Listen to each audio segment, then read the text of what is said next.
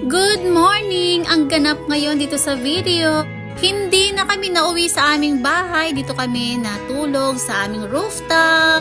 Na parang probinsya lang na pagkagising mo ay kitang-kita mo na agad ang ganda ng sikat ng araw.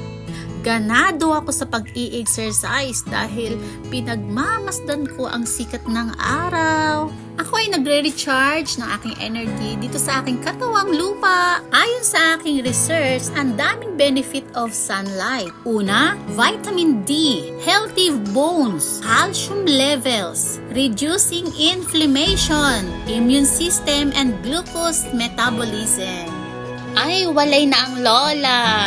5 minutes lang kinaya. Isang set pa lang ng program ang natapos. Wala na. Sabi ng aking asawa, bakit di ko daw tinapos yung program?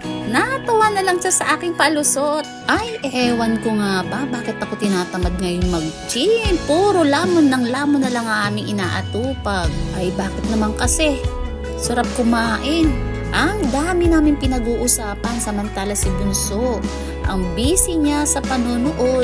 Naliliman ng punong mangga ang aming kubo na kung saan marami na siyang bunga. Itong si Nele kinakausap itong mga bunga at nang lumaki na at nang matikman na bago pa man siya bumalik ng batko, nag-usap kami na dito na kami magluto sa rooftop habang hindi pa masyadong mainit ang araw. At bago pa man ay bumili siya ng aming pang-almusal ngayong umaga at saka sinama niya rin yung aming pang-tanghalian dahil malapit lang yung bahay namin dito sa palengke at nakabalik siya kaagad.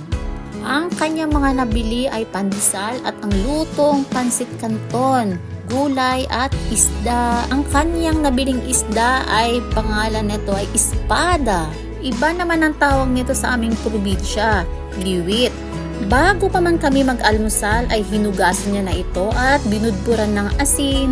Nagsimula na si Nel sa pagpapainit ng tubig. Gustong gusto kasi ni Melrose na pinapalaman itong canton sa pandesal. Dahil kami ay magkakape, may nabili palang sopas na para kay Melrose. Perfect match talaga yung kape, pandesal, canton, sopas for breakfast. Bago pa man namin ito kakainin, pinasasalamatan muna namin ang Lord sa mga blessings na nasa aming harapan na kanyang pinagkaloob para sa amin. Gamit ang kahoy, ang uunahin kong lulutuin ay magpiprito ako ng espada. Niluto ko ito na may pagka-crunchy. Tininding ang amin lulutuin kaya inuna namin pakuluan yung sibuyas kamatis bago yung mga gulay. Habang inaantay pa namin ang pagluluto ay naghawak muna kami ng aming mga cellphone. Ay ako naman kasi sa gulay yung overcook kaya nilagyan ko na siya ng maliliit na hipon at mga iba pang mga ricado.